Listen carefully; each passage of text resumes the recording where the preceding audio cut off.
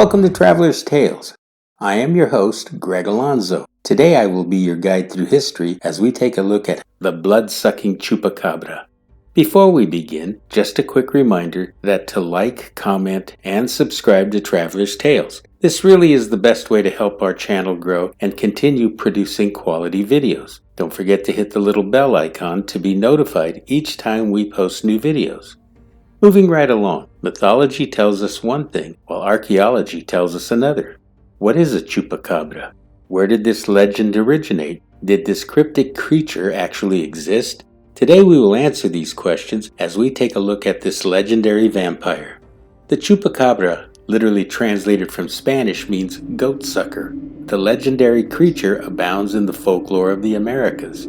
In 1975, a series of livestock killings, the small town of Mocha, Puerto Rico, gave birth to the legend. It was known as El Vampiro de Mocha, which is the vampire of Mocha.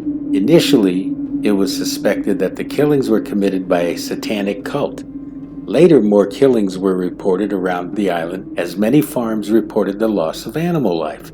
Each of the animals was reported to having their bodies bled dry through a series of small circular incisions. The first reported attack, eventually attributed to the Chupacabra, occurred in March of 1995. 8 sheep were discovered dead in Puerto Rico. Oddly, each sheep had 3 punctures in the chest area, and reportedly they were completely drained of blood. A few months later, in August, an eyewitness reported to seeing the creature in the Puerto Rican town of Canovanas. Not surprisingly, this area reported the killings of as many as 150 farm animals and pets. What is the appearance of this mysterious creature of the night? The most common description of the Chupacabra is that of a reptile-like creature. Its skin has been reported to be leathery or scaly and greenish-gray in color. There are also sharp spines or quills running down its back. What about height? It is generally accepted that the creature is 3 to 4 feet in height and stands and hops like a kangaroo. Similar descriptions of the Chupacabra sightings were also reported in Brazil, Chile, and Argentina.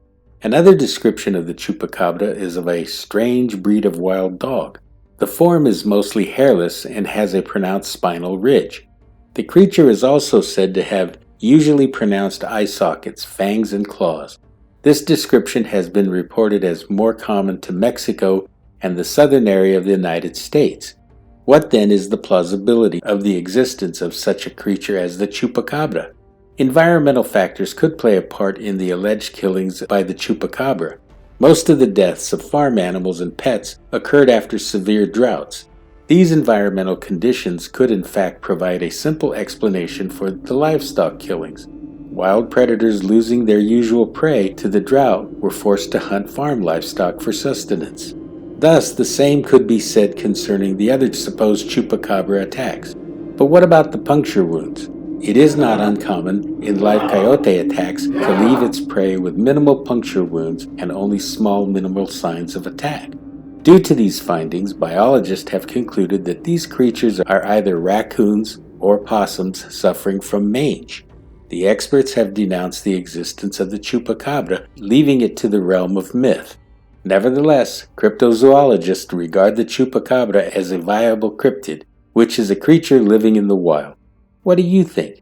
Don't hesitate to leave us your comments. This brings us to the end of the blood-sucking Chupacabra. Thank you for joining us for this edition of Traveler's Tales. Until we meet again at the crossroads of folklore and fact, Cartistos.